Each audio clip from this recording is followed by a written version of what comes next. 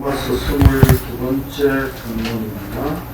제목은 아브라함의 믿음이라고 했는데,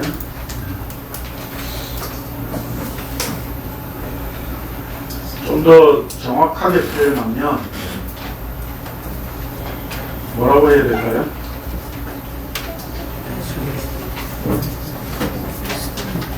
이거 답하신 분 제가 선물 하나 드리겠습니다. 예수 그리스도의 믿음. 그리스도의 믿음. 내가 먼저 얘기했는데. 제가 원하는 답은 아닙니다. 주신 믿음. 뭐야? 아브라함과 언약하시는 하나님의 믿음. 좋은 답이긴 한데 선물 드린다니까 막 이게 얘기하시는 다른 데는 한 기도하고 계시는데 조항희 사님이 가장 좀 비슷하게 말씀하셨어요. 주신 믿음. 하나님이 주신 믿음. 아브라함에게 주어진 믿음. 네, 정확하게 표현하면 오늘 결론을까지 우리가 말씀을 나누고 나면 그 제목이 아마 이해가 되실 겁니다. 근데 이제 일단은 성경에서 이렇게 말씀하고 있기 때문에 아브라함의 믿음이라고 표현했습니다. 자, 교훈 보겠습니다. 오늘날 사회를 일컬어하니 정보화 시대라고 합니다. 얼마만큼의 실력이 있느냐 하는 문제가 아니라, 물론 그것도 중요하겠죠. 누구보다도 빨리 정보를 내 것으로 만들고 활용할 수 있느냐 하는 문제에 초점이 맞추어져 있습니다. 더 많은 정보, 더 많은 지식을 소유하는 것으로 남보다 앞설 수 있다는 것입니다. 여기다 교회에서 이런 것들을 위해서 기도하죠. 남보다 앞서는 것, 더 우위에 있는 것, 더 많은 복을 받는 것. 오늘도 우리가 찬송했지만 가사는 전혀 마음에 안 드는 거 있죠. 그렇죠? 나 주께 와사오니 복 주옵소서. 이게 뭡니까? 세상 복을 원하는 거죠. 네. 내가 왔으니까 하나님 복 주십시오. 이게 오늘날 사실 모든 교인들의 신앙이죠. 소위 말하는 믿음입니다. 우리는 이 말씀들을 어떻게 이해할 수 있습니까? 나 주님 앞에 왔으니까 복 달라는 게 아니라 복 주셨으니까 오늘 이 자리에 있게 하신 것 감사합니다 라고 고백할 수밖에 없는 것이죠. 그래서 이런저런 찬송 빼면요 부를 찬송이 없습니다. 사실은 그러려니 하고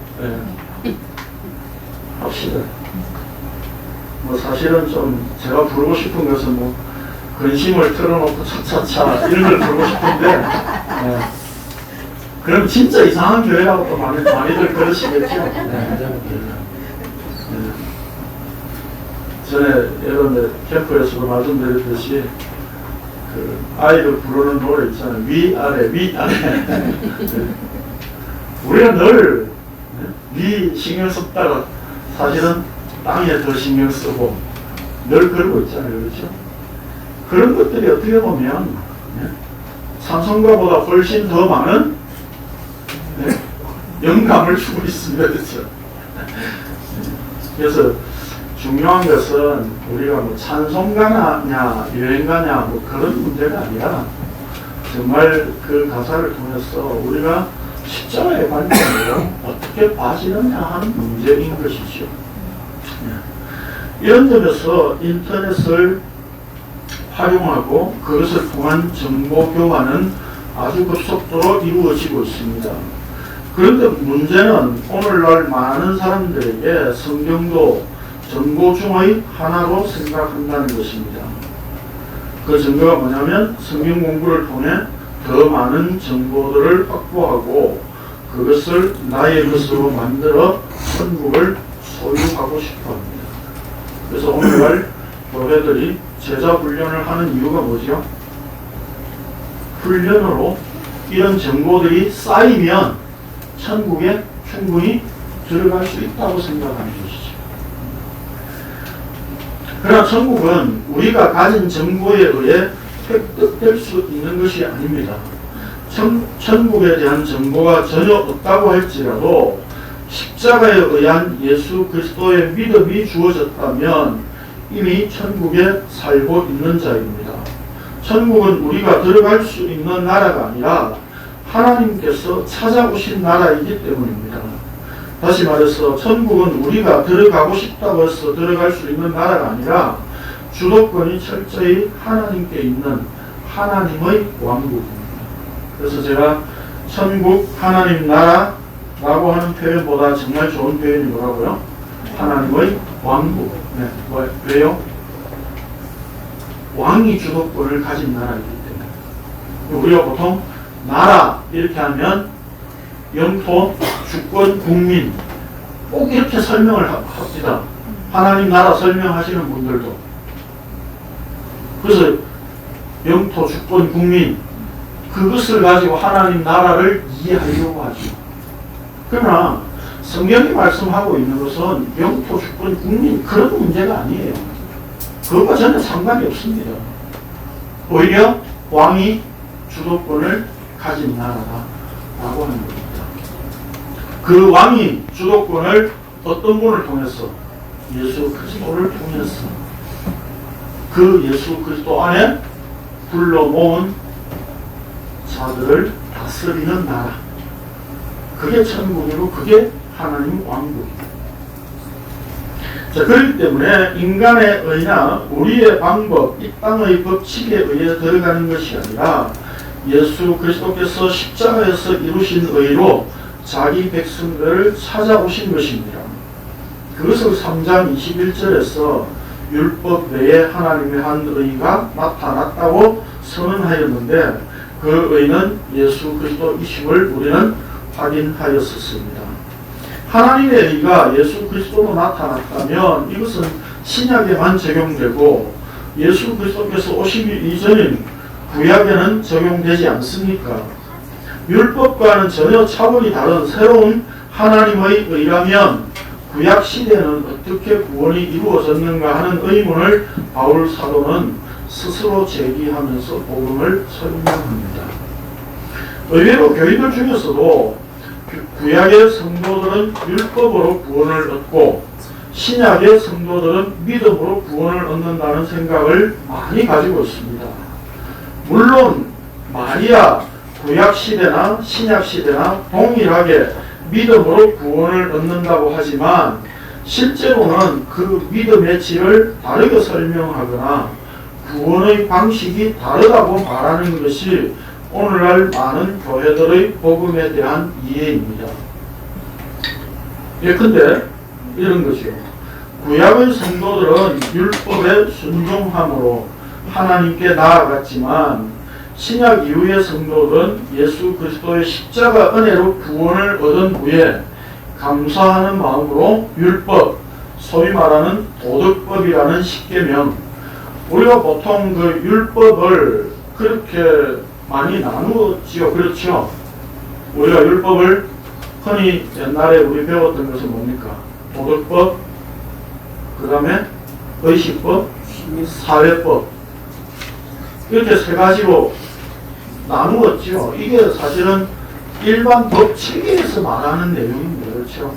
그런데 성경의 율법을 가지고 그렇게 나누었다 이 말입니다. 그래서 사회법은 이스라엘이라고 하는 나라가 이제 상관이 없으니까 이 사회법은 이스라엘 나라에 적용했던 것이 이제 없어졌고 필요가 없고, 의식법은 제사가 완성됐으니까 이제 폐기되었고, 그리고 도덕법은 아직까지 존재하고 남아있다. 그래서 우리는 이 도덕법을 다 못 지키더라도 지켜야 된다.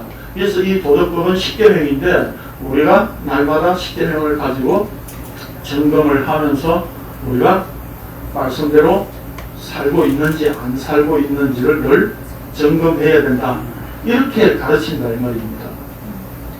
그렇기 때문에 아직도 우리는 율법이 필요하고 그 율법대로 살아가야 된다고 생각을 한다는 겁니다. 저는 지금 율법이 필요 없다 그런 이야기를 하고 있는 게 아닙니다. 네. 율법이 예수 그리스도로 말미암아 완성되어졌고 그 예수 그리스도 라고 하는 그분이 믿음으로 찾아오셔서 우리는 그 예수 그리스도 안에서 이제 완성된 그 율법의 완성된 상태 안에 있게 되었다는 걸 이야기를 하고 있는 겁니다. 예. 그런 점에서 오늘날 많은 교인들이 율법을 이제 지켜서 순종하는 신앙을 가져야 한다고 말합니다. 그런데 우리가 순종이 가능합니까? 야고보서에 늘 우리가 확인하잖아요. 그렇죠? 율법을 하나라도 어기면 이미 다 어긴 것이라고. 근데 무슨 순종이 돼요? 우리는 애초에 잡종입니다. 그렇죠? 순종이 될 수 없는 존재입니다. 그래서 성경이 말씀하고 있는 것은 이런 것이 아닙니다. 3장 29절에서 하나님은 다만 유대인의 하나님이시냐 또한 이방인의 하나님은 아니시냐 진실로 이방인의 하나님도 되시느니라 라고 말씀하고 있기 때문에 모든 사람에 대한 구원의 방식이 하나뿐입니다. 뿐만 아니라 3장 21절에서도 하나님의 한 의가 나타났는데 그 의는 율법과 선지자들에게 증거를 받은 것이라 라고 하셨습니다. 다시 말하면 구약의 율법이나 선지자들이라고 하는 의미는 뭡니까? 구약 성경 전체를 통틀어서 하는 말이죠. 그럼 구약 성경이 뭘 증거하고 있다고요? 하나님의 한 의를 증거하고 있다. 그 하나님의 한 의는 바로 예수 그리스도시라는 것이죠. 그래서 결론적으로 이야기하면 구약의 모든 내용은 바로 예수 그리스도를 증거하고 있다라고 하는 겁니다. 율법 외에 하나님의 한 의가 나타난 것은 우발적인 사건이거나 하나님의 계획이 이전에는 없었던 전혀 새로운 발상이 아니라 율법과 선지자들에게 증거를 받은 것으로 이미 구약 성경이 증거하고 있는 것이라고 하였습니다. 그러기에 모든 사람뿐만 아니라 모든 시대, 즉 구약 시대나 신약 시대나 동일한 하나님의 방식에 의해 구원이 이루어진다고 진술하고 있는 것이 4장 이하의 내용입니다. 그 설명을 아브라함을 예로 들어 말씀합니다. 그러니까 믿음으로 예수님의 믿음으로 구원을 얻는다. 지금 바울이 이렇게 설명을 하고 있는 거죠.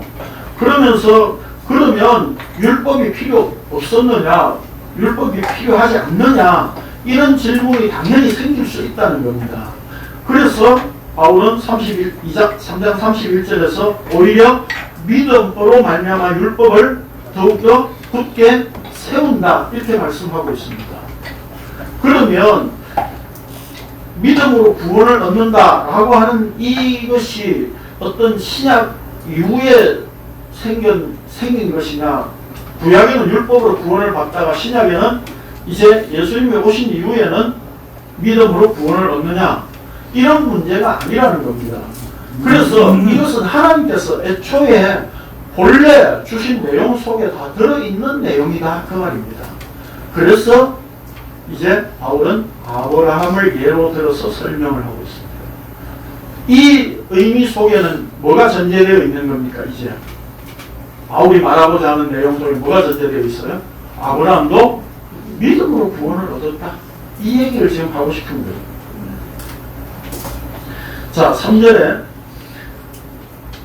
성경이 무엇을 말하느냐? 아브라함이 하나님을 믿음에 그것이 그에게 의로 여겨진 바 되었느니라 라고 하였습니다.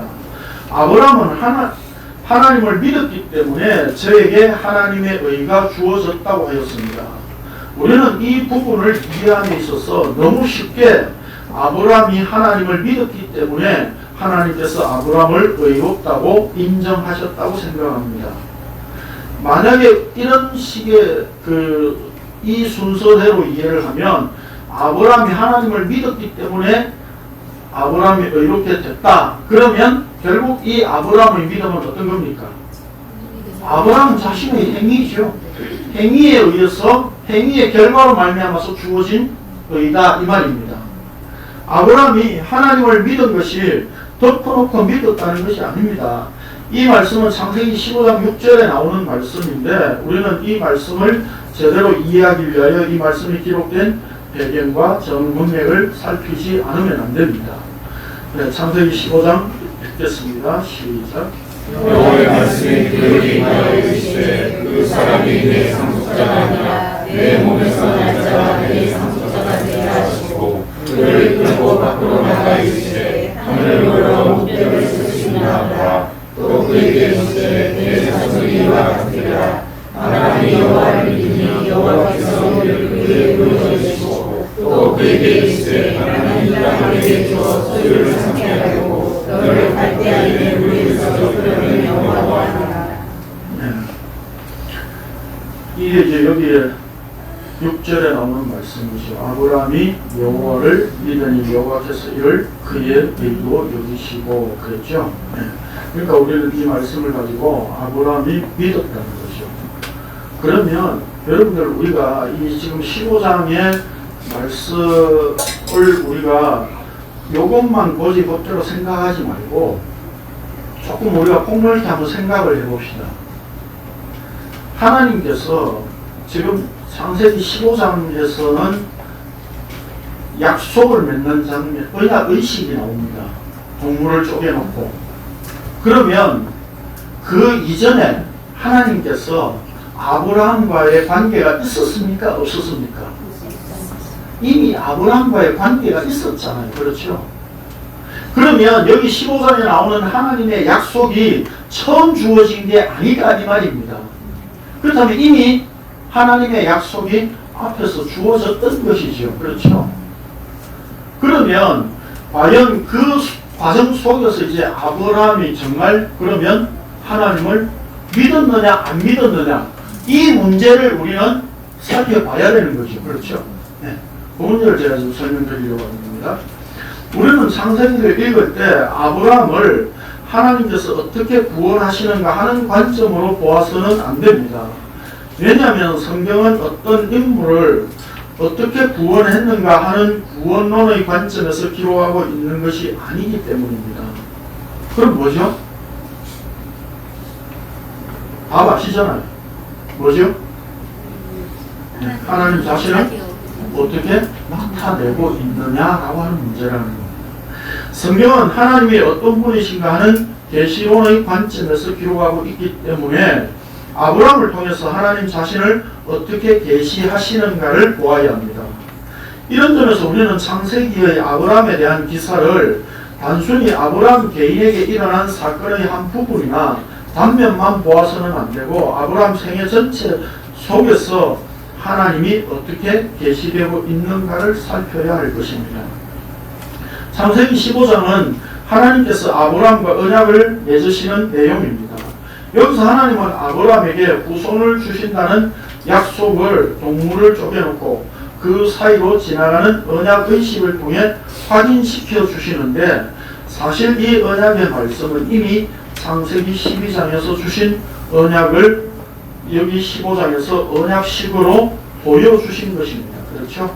그래서 12장 읽어보겠습니다. 시작.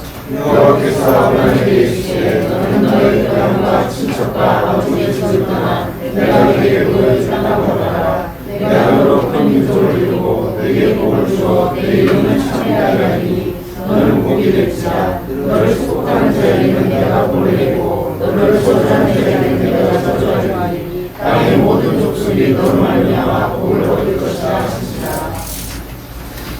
12장에 하나님께서 그 언약을 주셨습니다. 그렇죠? 이 언약의 내용을 전에도 제가 공부를 하면서 세 가지로 요약 정리해 드렸죠. 그게 뭐였습니까? 땅, 그 다음에 씨, 후손, 그 다음에 복. 요 세 가지로 하나님께서 언약의 말씀을 주신 것입니다. 그렇죠? 근데 우리는 이미 결론을 다 알고 있죠. 제가 누차 말씀드렸으니까. 이 세 가지가 결국 뭐였습니까? 예수 그리스도라고 하는 것을 우리는 알고 있습니다. 그렇죠? 네. 그런데 자, 여기 문제는 뭐냐면 여기 창세기 12장 1절에서 이 3절의 말씀은 하나님께서 아브라함에게 어디서 주신 내용입니까? 어디서 주신 내용이죠? 말씀이죠? 네. 여기가 하란입니다. 하란이고 여기가 갈대아 우르입니다. 사도행전 7장에 보면 메소포타미아 이렇게 나오는데 그건 강 사이라고 하는 뜻입니다. 그래서 갈대아 우르가 여기에서 여기는 이제 바다입니다. 바다고 아브라함이 갈대아 우르에서 떠나서 하란으로 갔다가 하란에서 일로 이렇게 넘어오시오. 가나안 땅으로. 창세기 12장의 말씀은 여기 하란에서 주신 말씀입니다. 그래서 가나안 땅으로 가라 그렇게 말씀하신 거죠. 자, 그러면 먼저 봅시다. 창세기 12장에서 3페이지입니다. 하나님께서 언약의 말씀을 주실 때에 아브라함이 믿었었습니까? 결코 그렇지 않았습니다. 그렇죠? 여호수아 24장에 보면 이런 말씀이 있습니다. 시작. 여호수아가 모든 백성에게 이스라엘 하나님 여호와께서 이같이 말씀하시기를 예전에 너희의 조상들 곧 아브라함의 아버지 나홀의 아버지 라가 강 저쪽에 거주하여 다른 신들을 섬겼으나 내가 너희의 조상 아브라함과 강 저쪽에 거주하여 가나안 온 땅에 모든 하게 하고 그의 씨를 번성하게 하려고 그에게 이삭을 주었으며. 아브라함의 너희 조상들 그렇죠. 너희 조상들 곧 아브라함의 아버지 나홀의 아버지 데라가 강 저쪽에 거주하며 다른 신들을 섬겼다 그랬습니다. 그러니까 여기 가나안 땅에 들어오기 전까지 이 상태를 뭡니까? 다른 신을 섬긴 상태로 이야기를 하고 있는 겁니다. 그렇죠? 그러면 그 다음 봅시다. 다른 신들을 섬겼으나 3절에 내가 너희의 조상 아브라함을 강 저쪽에서 이끌어내어 가나안 온 땅에 두루 행하게 하고 그의 씨를 번성하게 하려고 그에게 이삭을 주었으며 그렇게 표현하고 있습니다. 아브라함은 가나안 땅에 들어오기 전까지 다른 신들을 섬기는 자였습니다. 그러니까 여기에 그 아버지 데라만 우상을 섬겼고 아브라함은 여호와 하나님을 믿었다. 그런 내용이 있습니까? 없습니까? 전혀 없습니다. 그렇죠? 그런데 우리는 저도 주일학교 때 그런 이야기를 들었습니다. 아버지 데라는 우상 만들어서 장사하는 사람인데 아브라함은 믿음이 좋았다는 거죠. 그래가지고 아버지가 어느 날 출타했을 때 그 우상을 다 박살냈다는 거죠. 아브라함. 그래가지고 아버지가 돌아와가지고 너 왜 이랬어? 라고 하니까 제가 그런 게 아니고 옆집에서 떡을 가져왔길래 주었더니 우상들이 자기들끼리 서로 먼저 먹으려고 해서 싸우다가 이렇게 됐어요. 야, 이 녀석아, 우상이 그런 게 어딨냐. 그래서 아브라함이 아버지에게 우상은 그런 거 못한다는 걸 아버지도 알잖아. 이러면서 전도를 했다는 거예요. 주일학교 때 들은 이야기입니다. 그래서 아브라함은 처음부터 믿음이 좋았던 사람이다. 그렇게 설명을 썼습니다. 저도. 그런데 성경 본문 보니까 아브라함뿐만 아니라 데라 그 가족 전체가 다 다른 신을 섬기는 자들이었다라고 하는 것입니다. 그러니까 여기 가나안 땅에 들어오기 전까지 하나님 있을 때까지 전혀 지금 여호와 하나님에 대해서는 전혀 몰랐던 거예요. 그걸 여기 사도행전 7장에 보면 그 아브라함이 메소포타미아에 있을 때 영광의 하나님이 나타났다 이렇게 표현하고 있거든요. 그러니까 아마 그 이제 이건 우리가 상상이고 추측인데 어떤 신이 자기가 섬기는 신도 아니에요. 그렇죠? 신이 나타나가지고 너희 이 땅을 빨리 떠나 라고 말했다는 거죠. 그러니까 아브라함에게 그 계시가 떨어지니까 아브라함과 그 가족들은 떠날 수밖에 없었던 거예요. 그러니까 뭐 박영선 목사님 좀 그렇게 설명을 하시더라고요. 어느 날 하나님이 나타나가지고 말씀하니까 애가 아브라함이 식은땀을 줄줄 흘리면서 밤에 자고 일어나가지고 아버지한테 우리 이 땅 안 떠나면 큰일 납니다 라고 말했다는 거죠. 그래서 데라가 가족들을 끌고 떠났다는 얘기입니다. 어쨌든 뭐 그런 상상은 얼마든지 할 수는 있습니다. 그런데 중요한 것은 뭐냐면 여기 갈대아우르에서 떠나서 하란까지 가는 이 여행의 주도권은 누가 쥐고 있는 겁니까? 데라가 쥐고 있는 겁니다. 그렇죠? 데라가 쥐고 있었습니다. 그러니까 그 당시에 사실은 이 어떤 부족 사회 속에서는 이 가족이 이제 자기 살던 곳을 떠난다는 것은 정말 죽음을 각오하는 그런 시대였습니다. 자기 스스로 보호할 수 없는, 그래서 본토 사람들에게 얼마든지 공격을 당하고 죽임을 당할 수 있는 상황입니다.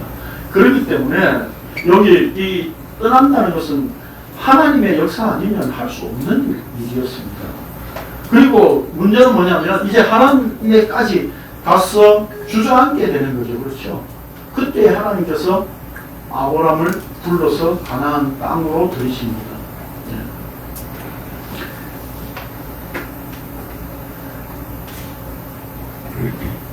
봅시다. 가나안 땅에 믿음으로 들어온 것이 아니라 하나님의 손에 이끌려 가나안 땅으로 들어올 수밖에 없었습니다. 그래서 창세기 12장 5절에서는 우리 성경에 뭐라고 되어 있냐면 마침내 가나안 땅에 이르렀다 이렇게 되어있고 있어요. 그러니까 그 마침내라고 하는 표현은 얼마나 우여곡절 속에 지금 아브라함을 이끌어 오셨는가라고 하는 내용이 담겨 있는 겁니다. 그러나 그 땅은 기근이 심한 상태였기에 아브라함은 애국으로 갈 수밖에 없었습니다. 아니 믿음으로 왔는데 그러면 그 땅이 정말 살기 좋아야 되잖아요. 그렇죠? 그러니까요. 근데 아브라함을 맞이했던 것은 뭡니까? 기근이었습니다. 가뭄이었습니다. 아니 하나님님 불러놓고 이게 뭡니까 지금? 예?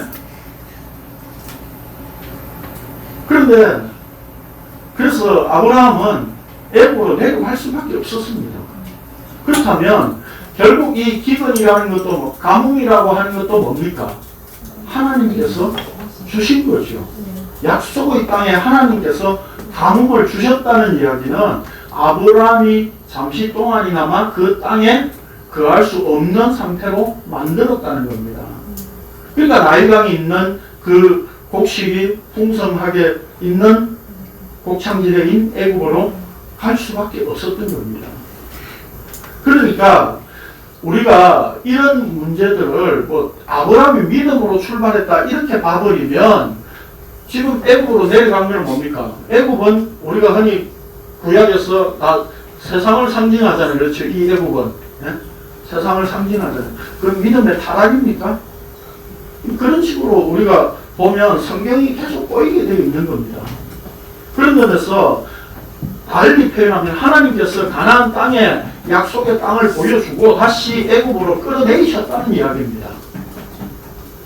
뭘 보여주려고? 네? 뭘 보여주려고? 아브라함이 자신은 어떤 존재인가를 보여줍니다. 아브라함이 어떤 존재였습니까? 자기 아내를 팔아먹는 파렴치한 존재. 적어도 여기 계신 분들 마누라 팔아먹은 사람은 없잖아요. 그렇죠? 그런 점에서 보면 아브라함은 정말 더러운 인간이죠. 자기 마누라 거짓말까지 해가면서 팔아먹었다는 말입니다. 그런데 성경은 거기에서 뭐라고 증거하느냐면 사례의 일로, 옛날 개역 한글판에서는 사례의 연고로 이렇게 있습니다. 사례를 보호하시기 위하여서 하나님께서 바로에게 재앙을 내리셨습니다. 그 얘기는 무슨 얘기입니까? 아브라함을 애국으로 하나님께서 끌어다 놓으셨다는 얘기입니다. 끌어다 놓으니까 아브라함은 지 살 길 찾아가지고 마누라 팔아먹고 많은 재산 받아가지고 이제 어떻게 할까 그 고민하고 있었던 거지. 이 재산 어떻게 관리할 건지 그 고민하고 있었다는 겁니다. 아브라함이 이런 존재라는 겁니다. 그러나 그 속에서 하나님께서 뭐 하셨다는 겁니까? 사례를 보호하셨던 겁니다. 왜 사례를 보호하셨어요? 우리는 여기 이 자리에서는 다 알 수가 없었습니다. 그렇죠? 그러나 창세기가 진행되어 가는 과정 속에 보니까 결국 사례를 통해서 약속의 후손을 주시기 위해서 하나님께서 사례를 보호하셨던 것이죠. 그러니까 그 속에서 결국은 아브라함이 믿음 없는 존재였다라고 하는 것이 다 들통나버렸습니다. 자, 봅시다.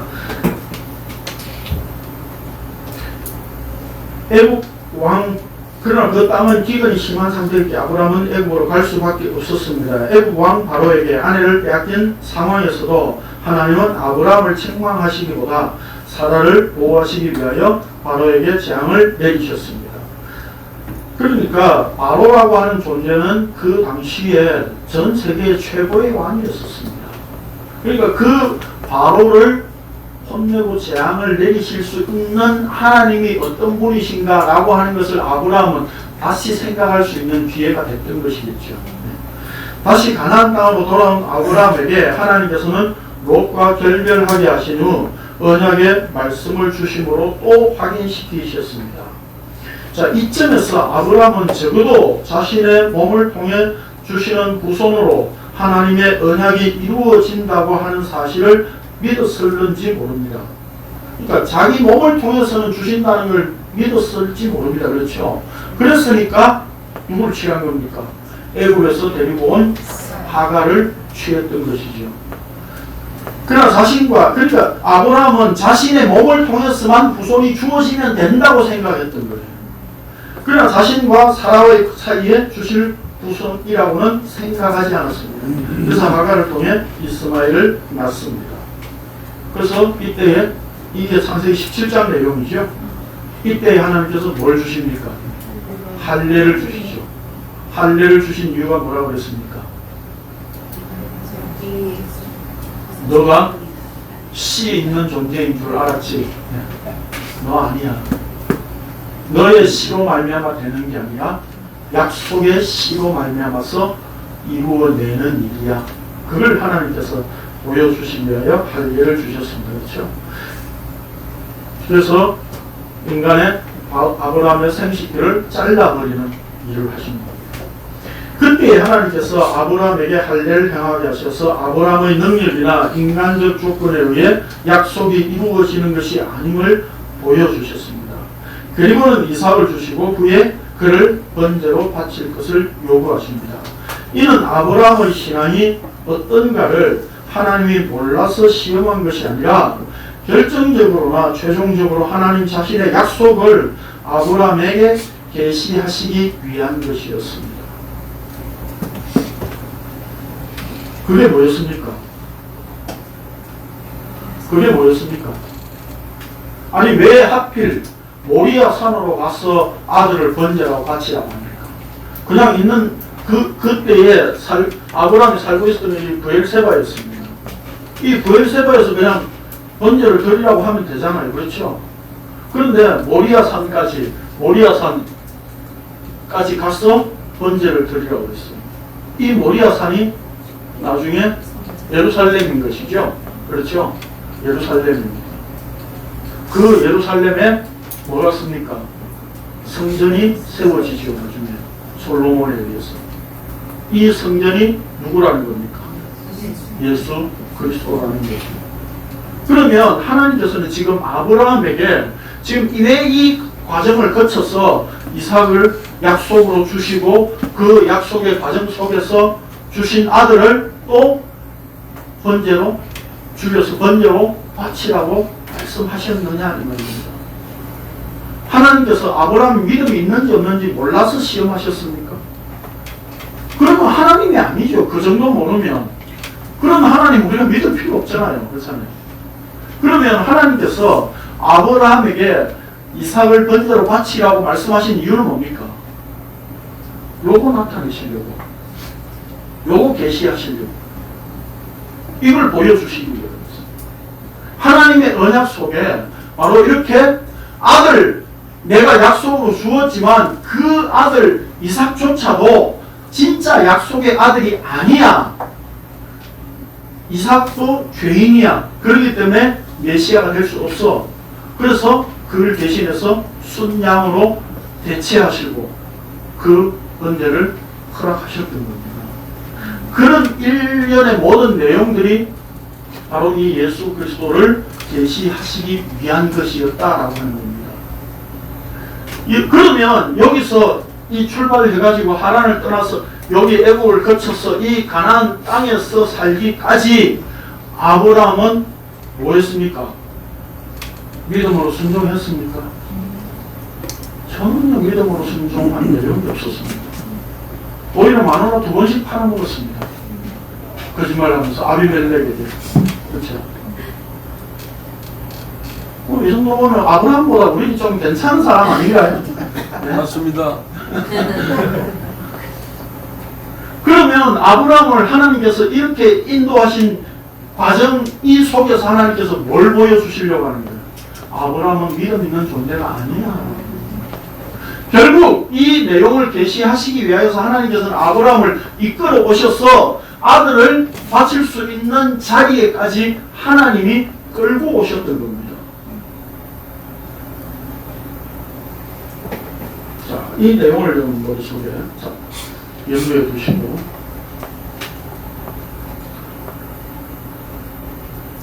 그러니까 늘 말씀드렸듯이 하나님이 왜 시험하신 겁니까?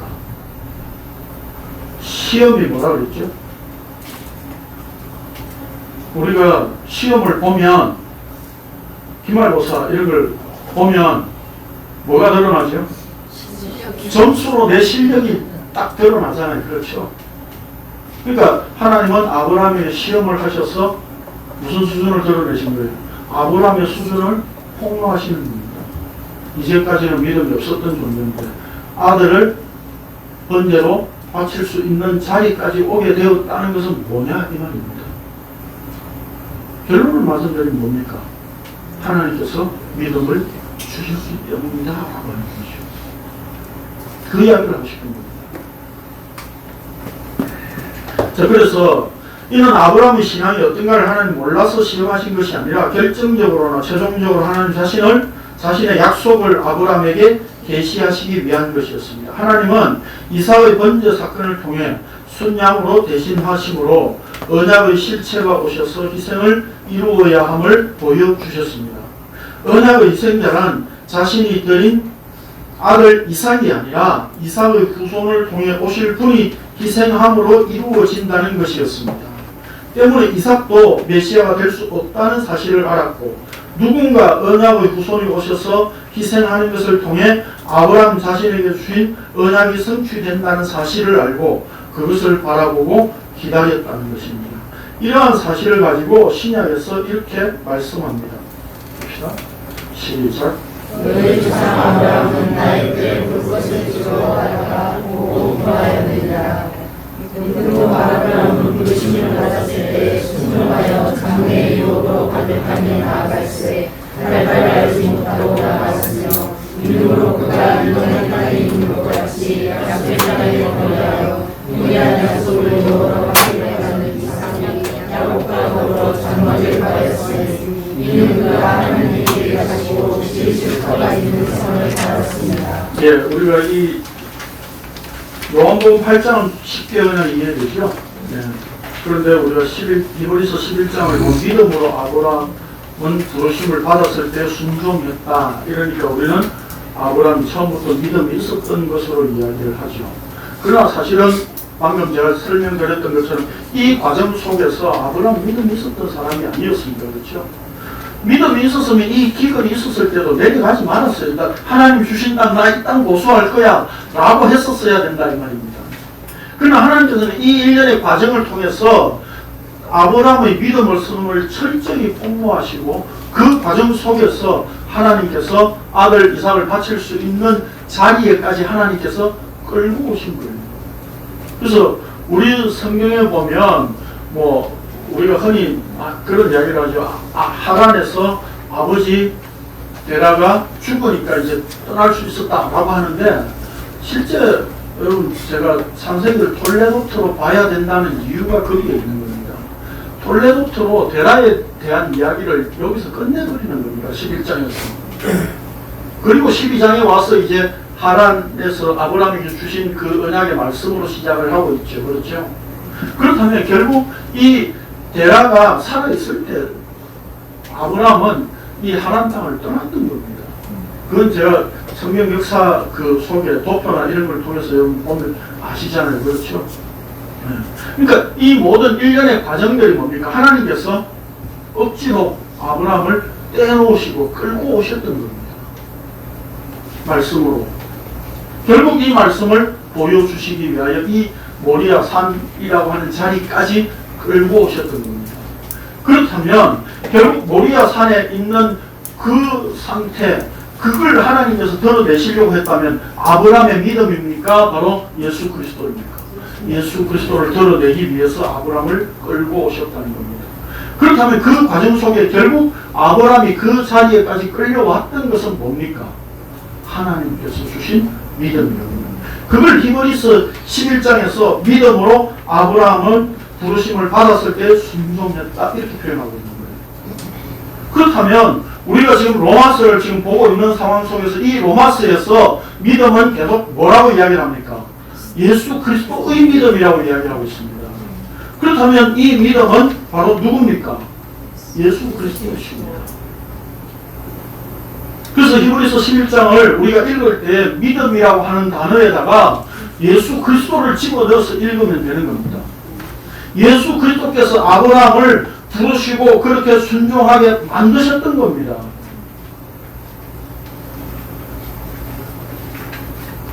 그 다음 주십니다. 결국 하나님께서 믿음 없는 아브라함을 부르셔서 그로 하여금 언약을 받아들이는 자로 만드셨다는 것입니다. 이런 모든 내용들을 한마디로 표현하자면 아브라함이 믿음으로 구원받았다고 하는 것입니다. 환원하자면 아브라함이 믿음이 있어서 자신의 믿음을 하나님께 나타내고 보여주었기 때문에 구원을 얻어낼 수 있었던 것이 아니라 약속의 아들 이삭의 후손으로 오시는 언약의 성취자이신 예수 그리스도에 의해 구원이 이루어진다는 것을 바라보았고 그 믿음을 하나님께서 아브라함에게 집어넣으신 것입니다. 그것을 아브라함의 믿음으로 설명하고 있는 겁니다. 그 믿음을 오늘날 우리가 예수 그리스도의 십자가를 바라보는 것과 동일한 믿음으로 성경은 말씀하는 것입니다. 그러니까 여기 이 과정 속에서 다시 봅니다. 이 과정, 이 갈대아 우르에서 하란을 거쳐서 가나안 땅, 그 다음에 애국을 거쳐서 이 가나안 땅에서 일어난 모든 일련의 그 과정, 아브라함의 생애, 이 과정, 이 내용이 결국에는 하나님 자신을 나타내시기 위한 것이었다 이 말입니다. 그래서 이 과정 속에 아브라함이 생각하고 바라볼 수 있었던 것은 뭡니까? 이삭을 주신다는 약속이었죠. 아들 주신다는 약속이었습니다. 그렇죠? 그것을 결국 믿고 받아들이고 그리고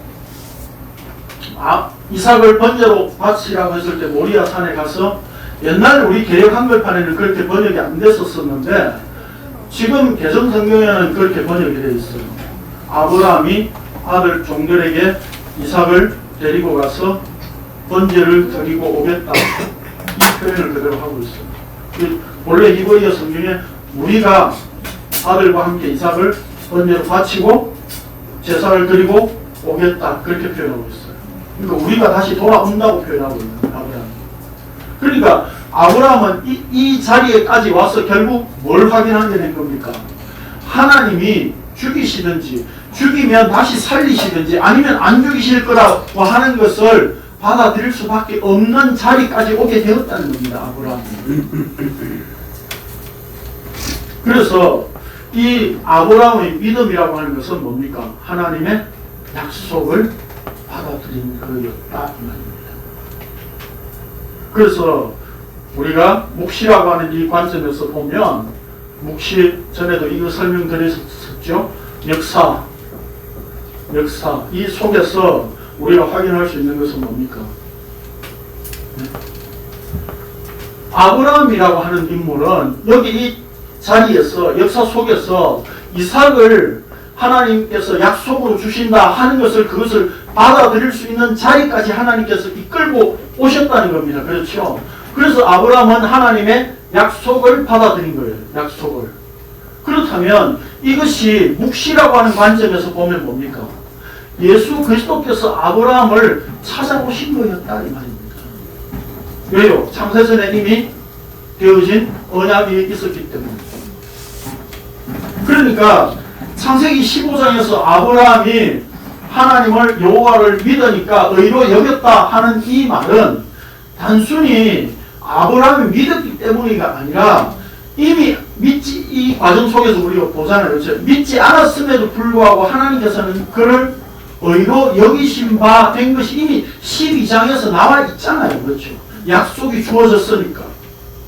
그 약속이 주어졌다는 것 자체가 뭡니까? 오늘날 식으로 표현하면 예수 그리스도 그분이 아브라함을 찾아오신 거였죠. 왜? 약속의 실체는 예수 그리스도시니까. 그러니까 예수 그리스도 그분이 아브라함을 이미 찾아가신 거예요. 약속. 그걸 히브리서에서 믿음으로 부르심을 받았을 때 아브라함은 순종했다 이렇게 표현합니다. 거꾸로 풀어서 설명하면 예수 그리스도께서 찾아오셔서 약속을 집어넣으니까 아브라함은 거기에 순종 안 할 수 없었다 이 말입니다. 그러니까 우리의 믿음이 아니에요. 내 믿음이 아니라니까. 그런데 자 아브라함은 그래서 이삭을 주시는 이 약속을 받아들인 거예요. 이 약속을 받아들인 것이 바로 약속을 받아들인 그게 오늘날 우리 입장에서는 뭡니까? 바로 예수 그리스도의 십자가 사건으로 말미암아 그분이 완성하신 모든 거예요. 그것을 우리는 약속으로 받아들이고 있는 거죠. 그렇죠? 그런 점에서 지금 아브라함도 예수 그리스도를 믿었고 오늘도 우리가 예수 그리스도를 믿음으로 구원 얻는다는 겁니다. 똑같은 거예요. 그래서 다른 것이 아니다.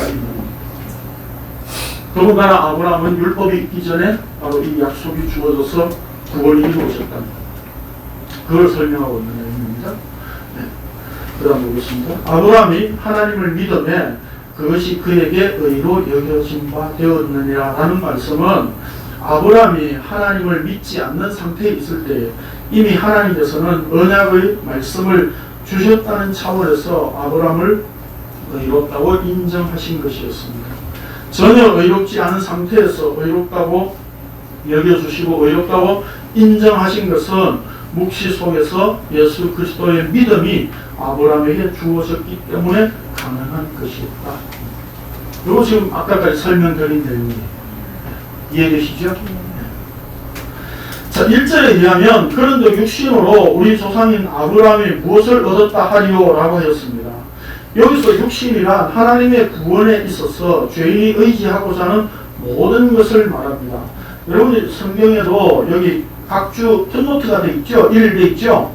예. 육신으로 우리 조상인 아브라함이 이 말을 또는 이렇게 되어 있죠? 이렇게도 번역할 수 있다는 말입니다. 우리 조상 아브라함의 육으로 이 말입니다. 예. 그러니까 여기 이 육이라고 하는 의미는 뭡니까? 하늘의 의와 대비되는 모든 인간의 죄악된 모습들, 그걸 총칭하는 거예요. 그래서 구원에 있어서 죄인이 의지하고자 하는 모든 것을 말합니다. 아브라함이 육으로 얻은 것은 아무것도 없다는 말입니다. 즉 아브라함은 세상적으로 의지할 수 있는 조건을 가지고 장애물 경기에서 장애물을 뛰어넘어서 목표 지점에 도달하는 것처럼 하나님의 구원에 도달했다는 것이 아니라는 뜻입니다. 오늘날 우리에게는 기독교 계통 학교의 출신이기 때문에 또 모태신앙이기 때문에 옛날에 세례 받아 놓은 것이 있기 때문에 특히 군에서 선교단체에서 열심히 활동한 것 때문에 아니면 기도한 것이나 교회 열심히 봉사한 것 때문이라든지 자신이 예수를 믿을 만한 성품이기 때문에 하나님의 구원이 내게 이루어졌다고 말할 수 있는 사안이 아니라는 의미입니다. 우리는 어쨌든 이제 내가 그래도 이제까지 기독교의 그 끈을 놓지 않고 교회라고 하는 테두리 속에 있었으니까 오늘 이제 우리가 복음을 알게 된 계기가 된 것이다. 우리는 그렇게 생각한다 이 말입니다. 그게 아니라는 겁니다. 여러분들이 그나마 복음 안 전하는 교회였지만 다니고 있었기 때문에 복음을 알게 된 겁니까? 그런 자리 아니더라도 하나님은 여러분들을 얼마든지 부르실 수 있는 분입니다. 아브라함을 부르셨듯이 그 믿음의 모습을 보여주고 있는 거예요. 믿음은 이렇게 주어지는 거야 라고 하면서 아브라함을 통해서 보여주는 거예요. 그러니까 우리는 계속해서 그래도 내가 성경 공부 오랫동안 하고 있었고 성경을 보려고 했기 때문에 하나님께서 그걸 비로소 이제 복음을 깨닫게 하셨다 이렇게 생각한다 이 말입니다. 그냥 성경이 말씀하고 있는 것은 그게 아니라는 겁니다. 그래서 우리는 계속해서 우리 자신의 업적, 의를 여기에 자꾸 집어넣고 싶어 하는 거예요. 그래서 요즘 그 어르신들이 커피를 좋아하신다더라고요. 그것도 라떼. 라떼는 말이야. 라떼는 말이야. 그걸 영어로 라떼 이즈 호스라고 그래. 라떼는 말이야. 그게 뭡니까? 내 때는 말이야. 그 정도는 충분히 했던 거야. 어르신들 이렇게 교회에서 이야기 나누면요. 내 때는요, 무릎 꿇고 바닥에 추운 그 많은 바닥에서 무릎 꿇고 밤새도록 기도한 적이 얼마나 많았는데 이런 이야기를 하는 거죠. 그래서 그런 신앙이 있어야 된다는 겁니까? 그게 근거가 되어서야 우리가 예수 그리스도를 제대로 알 수 있다는 겁니까? 겨울에 추운 겨울에 주일날 돈 안 쓰려고 토요일날 가가지고 자고 눈길을 그렇게 걸어서 또 오고 그런 믿음 생활 했단 말이야 나 때는. 그게 우리의 의예요. 그런 걸로 말하자면 우리가 지난주에 봤듯이 아브라함은 히브리인 중에 히브리인 바리새인 중의 바리새인이었습니다. 누구보다도 빠지지 않는 자였습니다. 그랬는데 그 모든 것들이 이제 예수 그리스도의 믿음이 들어오고 나니까 뭘로 보인다는 겁니까? 그 모든 것들이 똥으로 보인다는 거예요. 배설물로 보였다. 그런데도 우리는 내가 오늘날 복음을 알게 된 이것이 과거에 내가 그래도 교회 테두리 속에 있었고 그 교회 속에 있었기 때문에 복음을 알게 된 근거가 됐다고 우리는 자꾸 그걸 갖다 붙이고 싶어 하는 거예요. 어디다 찍어다 붙여요? 찍어다 붙일 사안이 아닙니다.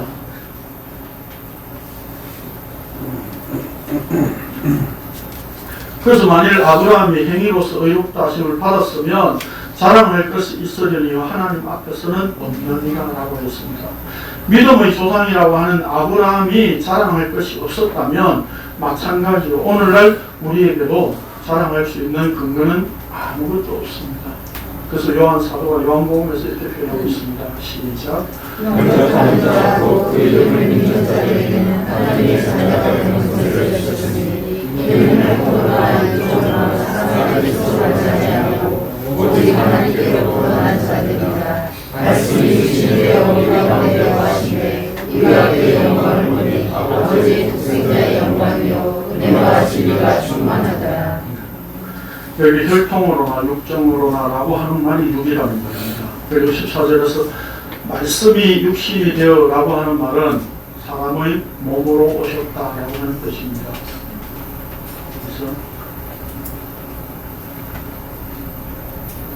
그래서 우리 가운데 거하시네 라고 하는 그 표현은 구약에서 장막을 성막을 치신다라고 하는 그 뜻입니다.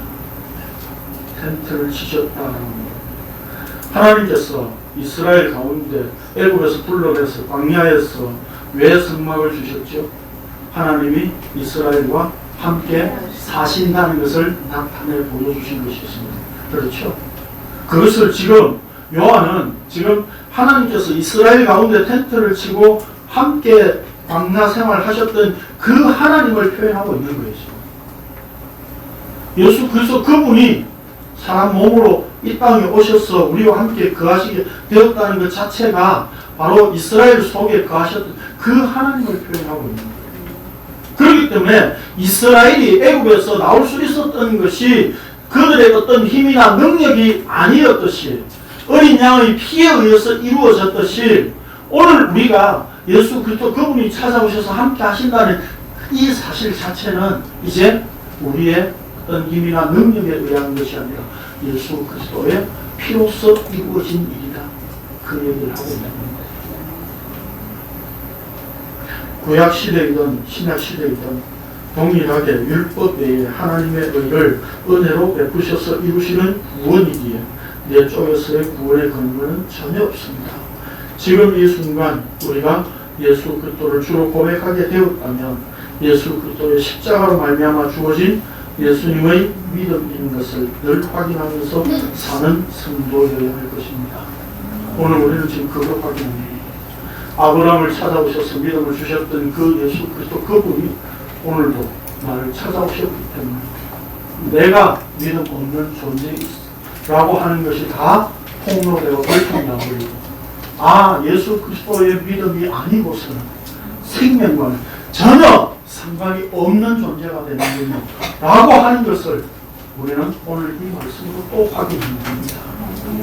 그래서 예수 그리스도의 믿음으로 오늘 이 생명 없는 자들, 죽음에 존재하는 자들, 생명으로 전환되어진 이 은혜를 예수 그리스도의 믿음으로 주어진 이 은혜를 마음속에 다시 한번 새기고 돌아가는 시간 되시기를 바랍니다.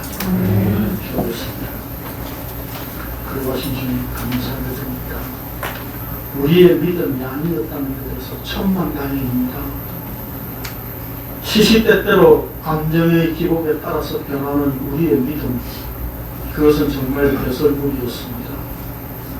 우리가 열심히 신앙생활을 해온다고 했던 그것이 근거가 되어져서 오늘 복음을 알게 된 것이 아니라 어느 순간 주께서 믿음으로 찾아오셨기 때문에 생명의 나라에 믿음으로 살게 하시는 이 은혜를 오늘 우리가 받았으며 말씀으로 확인하게 하여 주심을 감사를 드립니다. 참으로 우리의 자랑거리가 무엇이 있습니까? 아브라함이 자랑할 것이 없었는데 아브라함이 주신 믿음이 그러하였는데 오늘 우리가 우리에게 주신 믿음 역시 그것으로 우리가 무엇을 자랑할 수 있겠습니까? 우리 안에 찾아오신 그 예수 그리스도만 우리의 자랑거리로 삼고 살아가는 저희들 될 수 있도록 저희를 인도하시고 십자가의 길로 늘 주장하시고 붙들어 주시옵기를 간절히 소원하오며 예수님의 이름으로 기도드립니다. 아멘. 감사합니다.